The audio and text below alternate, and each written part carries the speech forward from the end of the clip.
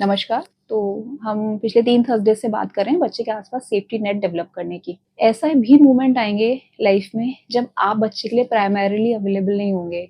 ऐसा हो सकता है कि आप में से कोई ऐसा ज नहीं हो किसी के साथ, लेकिन किसी वजह से हॉस्पिटल में हैं या आप बिज़नेस ट्रिप पे बाहर हैं या कोई और ऐसा कुछ प्रॉब्लम आई है कि आप नहीं हैं बच्चे के साथ। तो सेकंड गार्डियन कौन होगा जब आप लोग प्रेज़ेंट नहीं है, वो भी आपके डिसाइडेड होने चाहिए। ऐसा ना हो कि आप सडन बाहर जा रहे हैं, पता ही नहीं है कि बच्चे को कहाँ ड्रॉप करना है या घर पे आके कौन रहेगा। तो ऐसे में दादा-दादी और नाना-नानी फर्स्ट चॉइस होते हैं ऑब्वियसली, लेकिन फिर आपके और भी जो आपके आप दोनों जो मदर-फादर हैं, उनके जो सिबलिंग्स हैं वो काम आ सकते हैं। तो एक तो ये कि आपकी एब्सेंस में कौन बच्चे की टेक केयर करेगा वो। दूसरा ये कि जैसे बच्चा स्कूल जाता है, ये जो पार्ट है मैं बार-बार इसलिए रिपीट करती हूँ, बड़ा इम्पोर्टेंट है कि जब बच्चे की बस आती है, कौन ड्रॉप करने जाता है, तो पेरेंट्स में ये ड्यूटी डिसाइडेड हो कि मदर जाएगी कि फादर जाएगा। आप पहले से ही अपनी जो डेली रूटीन है, दिनचर्या से सेट कर लीजिए कि वो डिसाइडेड हो कौन करेगा। और स्कूल्स क्योंकि अगर पेरेंट्स वर्किंग है, तो सबसे ज़्यादा दिक्कत आती है जब बच्चा स्कूल से लौट के आता है, दोनों में से कोई अवेलेबल नहीं होता। वहाँ फिर चांस बढ़ जाते हैं प्रॉब्लम होने के।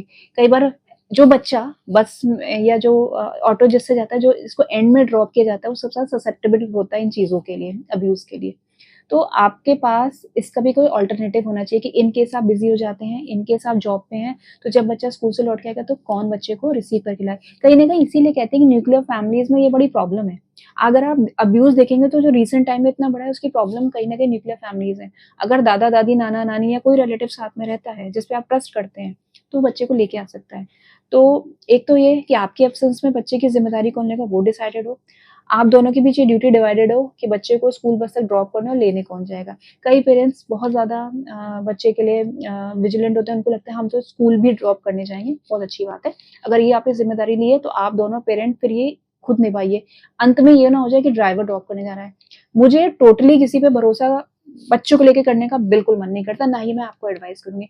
आप अपनी आँखें खुली रखेंगे तो सामने वाला देखता रहेगा कि बच्चे के माँ-बाप की नज़र उस पे है। ड्यूटीज़ डिवाइडेड रखिए, ड्यूटीज़ को पूरा कीजिए और इन केस आप दोनों में से कोई अपनी ड्यूटी नहीं निभा पा रहा, तो भई आप अपना सारा काम छोड़ के पहले बच्चे का काम कीजिए। नहीं कर सकते, तो किसी ऐसे इंडिविजुअल के साथ रहिए, दादा-दादी, नाना-नानी, फिर मैं कहूँगी जॉइंट फैमिलीज़ वापस कल्चर में आनी चाहिए, ताकि ये प्रॉब्लम कम हो जाए।